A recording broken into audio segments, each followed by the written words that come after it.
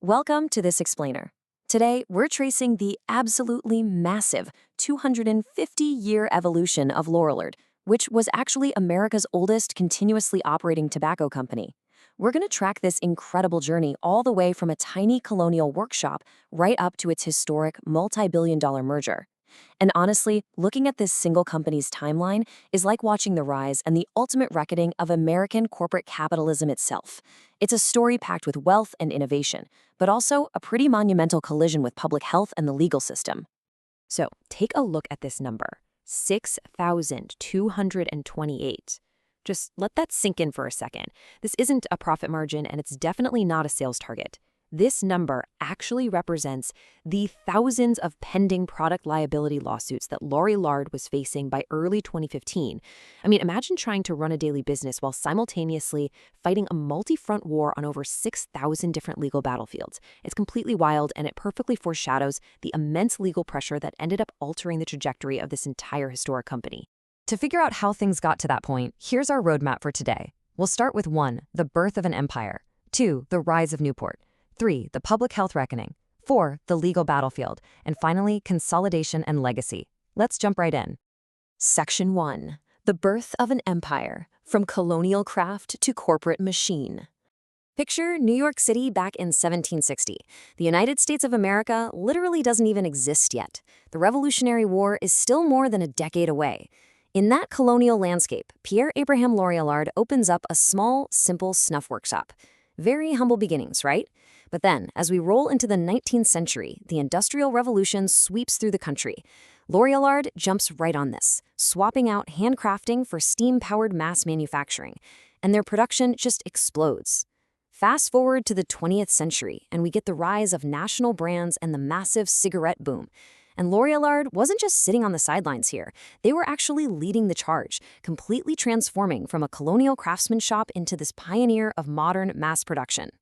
Section 2, the rise of Newport, the modern business portfolio.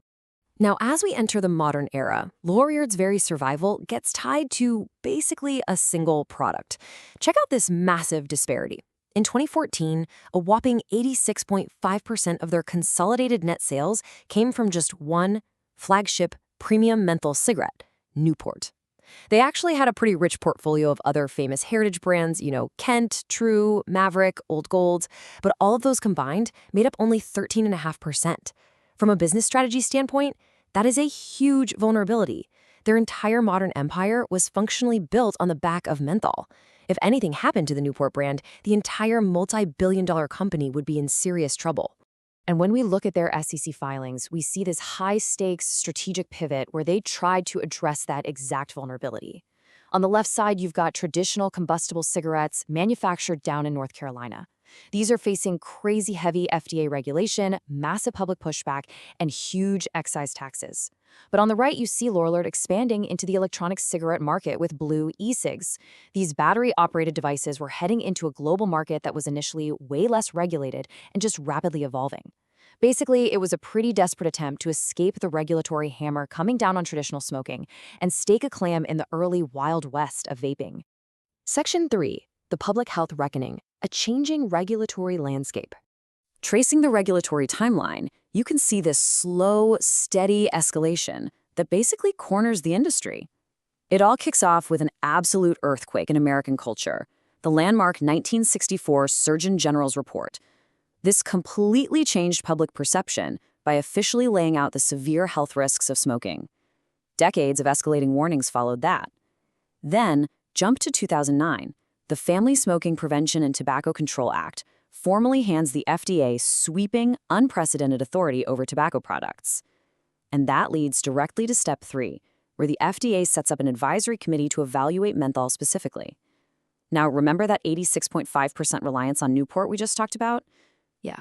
An FDA evaluation into potentially banning or heavily restricting menthol was an existential threat to Lorillard's entire business model. The walls were definitely closing in. So it begs the question, how does an industry survive under increasing regulation and public scrutiny? The big takeaway here is that the core business mission shifted completely. It wasn't about how do we sell more cigarettes anymore.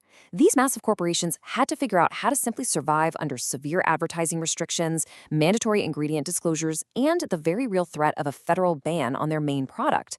It totally transformed their day-to-day strategy and essentially forced them to play permanent defense. Section 4. The legal battlefield. Navigating thousands of lawsuits. Beyond federal regulation, Lorillard found itself buried under an avalanche of individual product liability lawsuits, most of them centralized down in Florida. To wrap our heads around this, we need to look at what are called the Engle progeny cases. This all stems from a major 2006 Florida Supreme Court ruling.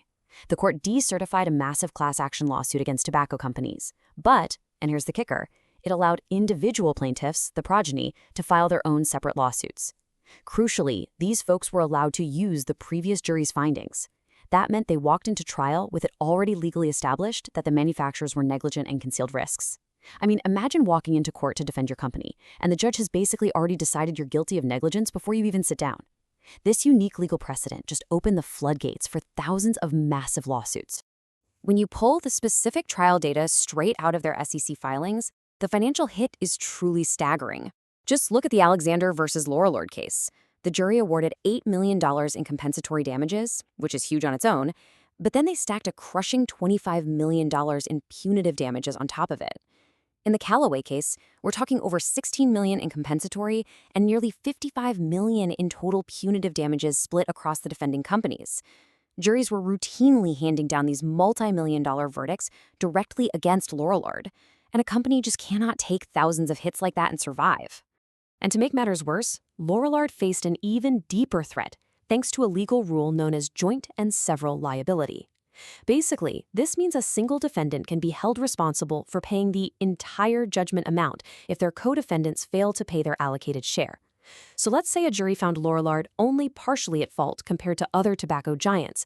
Because of this rule, they still carried the severe risk of having to foot the whole bill if those other companies went bankrupt. For the business as a whole, this was essentially the final nail on the coffin. It created this unquantifiable financial risk that made long-term planning basically impossible. Section 5.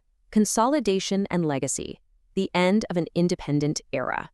So, facing this brutal reality, having a highly profitable brand but being anchored down by crushing legal and regulatory threats, the American tobacco industry shifted toward massive corporate consolidation.